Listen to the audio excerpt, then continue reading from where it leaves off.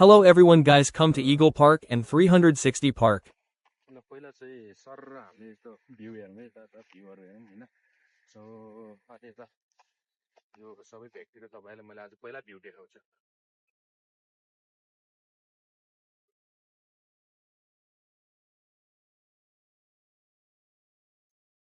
यहाँ पछाडि हाम्रो सर बस्नु भएको छ आज हामी चाहिँ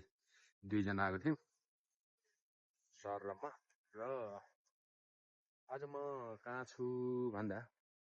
ल सायद गेस पनि भइसक्यो म यो ठाउँमा पहिला पनि आएको थिएँ र एउटा मिनी भ्लग पनि बनाएको थिएँ सो अहिले तपाईँलाई भन्नुपर्दा यो चाहिँ हामी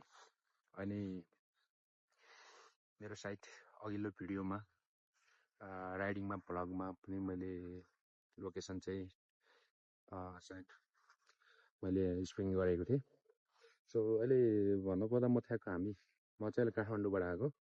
यो ठाउँमा चाहिँ लोकेसन चाहिँ प्लेस चाहिँ नुवाकोट छ नुवाकोटको इगल डाँडा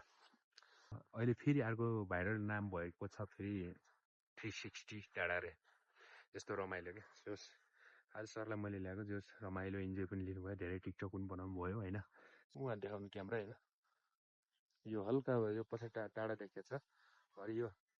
यो डाँडामा चाहिँ रानी पौवाको यो ट्र्याक लिएर चाहिँ आउनुपर्छ अफरोडिङ हो सबै अफरोड भएर आउनुपर्छ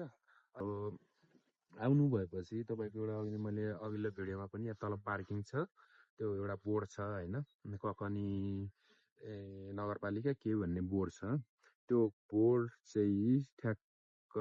माइन्डमा राखेपछि त्यहीँनिर मोटरसाइकल या गाडीमा आउनलाई गाह्रो छ बाइकमा आउँदा चाहिँ ट्याक्क अब हिँडेर आउँदा त अझै राम्रो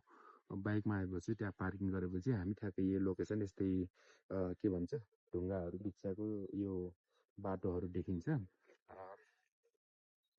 त्यसपछि यही हो डाँडा भन्ने चाहिँ हामी बुझिन्छ है जस आज धेरै रमाइलो छ यो डाँडामा जो कोही पनि घुम्न इच्छा भएको मान्छेहरू आउनु होला यस्तो भ्यू छ कि होइन म अलिकति क्यामेरालाई चाहिँ मिलाउँछु हेर्नु है यस्तो राम्रो छ कि यो डाँडा चाहिँ अब